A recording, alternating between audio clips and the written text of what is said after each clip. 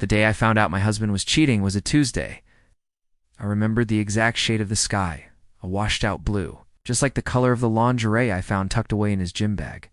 It wasn't mine. For a moment, the world stopped spinning. The air in our perfect sun-drenched laundry room turned thick and heavy. I sank to the floor, the delicate lace a cruel mockery in my hands. Betrayal is a strange thing. It doesn't scream. It whispers. It crawls into the quiet corners of your heart and poisons everything from the inside out. My first instinct was to scream, to throw his things onto the lawn, to make a scene worthy of a daytime soap opera.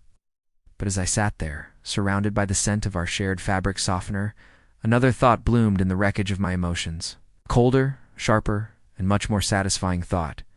Revenge. I didn't confront him. Not then. Instead, I put the lingerie back, folded it neatly, and placed it right on top of his protein shaker. Let him wonder. Let him sweat. That night at dinner, I was the perfect wife. I asked about his day, laughed at his jokes, and complimented the new tie he was wearing. His eyes darted around, searching my face for any sign of a storm, but all he found was a calm, serene sea. He was visibly relieved, and that, more than anything, fueled my resolve. He thought he was getting away with it. He thought I was oblivious.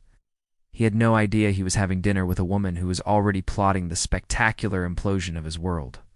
The game had begun, and I was going to be the one to write the rules. My plan started subtly. Phase 1 was what I called Operation Gaslight. It began with small things. I'd move his keys, just slightly, from the hook by the door to the kitchen counter. When he'd frantically search for them, late for a meeting, I'd find them instantly, raising an eyebrow and asking if he was feeling okay, that he'd been so forgetful lately.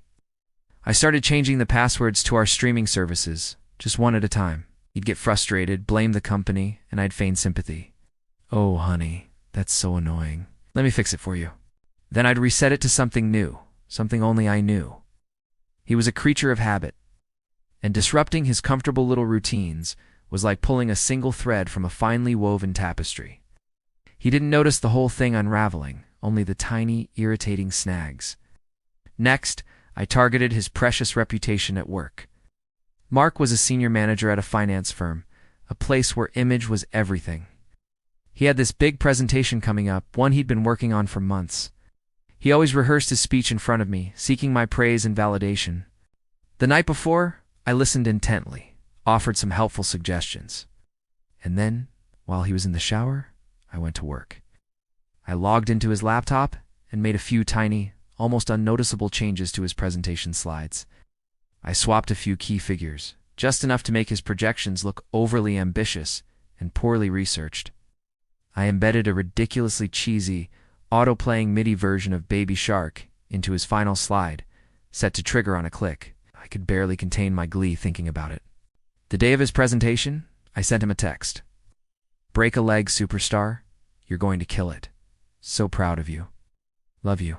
The hypocrisy was so thick, I could taste it. I spent the day imagining the scene. Confused looks from his colleagues, the growing panic in his eyes as he realized his numbers were wrong, and the grand finale of a children's song echoing through the silent, judgmental boardroom. Later that evening, he came home looking like a ghost.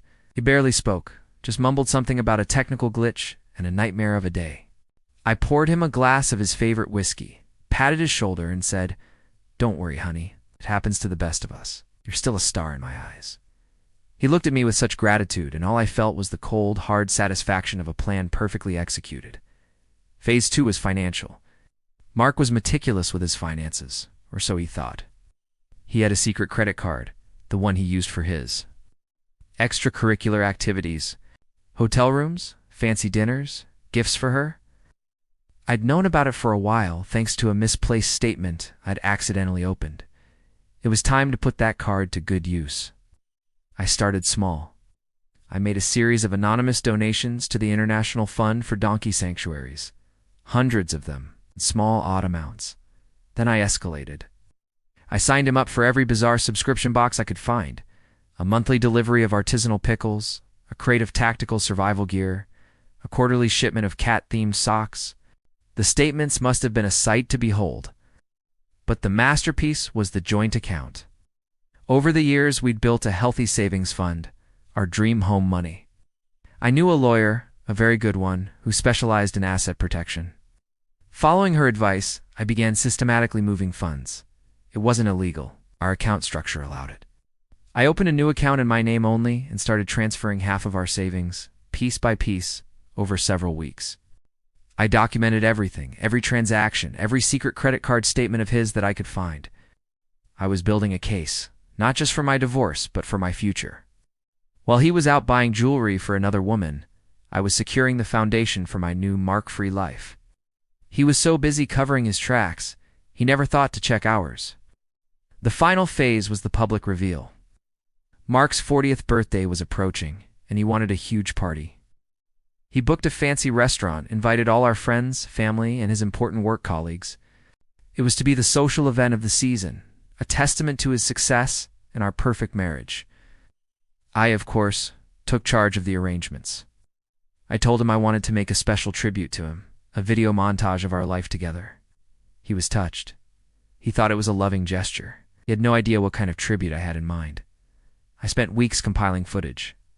I found photos of him and his mistress from her public social media profiles. They were careless. I had screenshots of hotel bookings from his credit card statements. I even hired a private investigator for a day who got me a few crystal-clear photos of them kissing in a park. I wove these images into the tribute video. It started sweetly enough, with pictures of our wedding, our travels, our life. Then, the music would subtly shift. A picture of us smiling at a Christmas party would fade into a picture of him and her at a different party on the same night. A clip of me talking about our future would be followed by a screenshot of a flirty text he'd sent her. The grand finale was a photo of the blue lingerie I'd found, followed by the picture of her wearing it, which I found on her page, with the caption "Feeling sexy in my new gift. Thanks, baby." The party was in full swing. Mark was beaming, accepting congratulations from everyone. He stood up to make a speech, thanking everyone for coming, and then, with a flourish, he turned to me. "And now, my beautiful, amazing wife has a little surprise for all of us." The lights dimmed, the projector whirred to life. The room was silent as the video began. I watched Mark's face. The initial proud smile slowly faltered, replaced by confusion, then dawning horror. The whispers started as the first damning photo appeared. A few people gasped. His mother looked like she was going to faint. When the final photo of the lingerie appeared on the giant screen, the silence was absolute. You could have heard a pin drop. Then I stood up. I took the microphone from his limp hand. My voice was calm and clear. "I believe this concludes the tribute. It's in our marriage." I looked around the room, at all the shocked faces. "Thank you all for coming to celebrate the end of an era. As for presents, please don't worry. Mark has already been incredibly generous to others." I placed my wedding ring on the cake table right next to the knife. Then I turned and walked out of the restaurant, head held high, without a single look back. The cold night air felt like the first breath of a new, free life.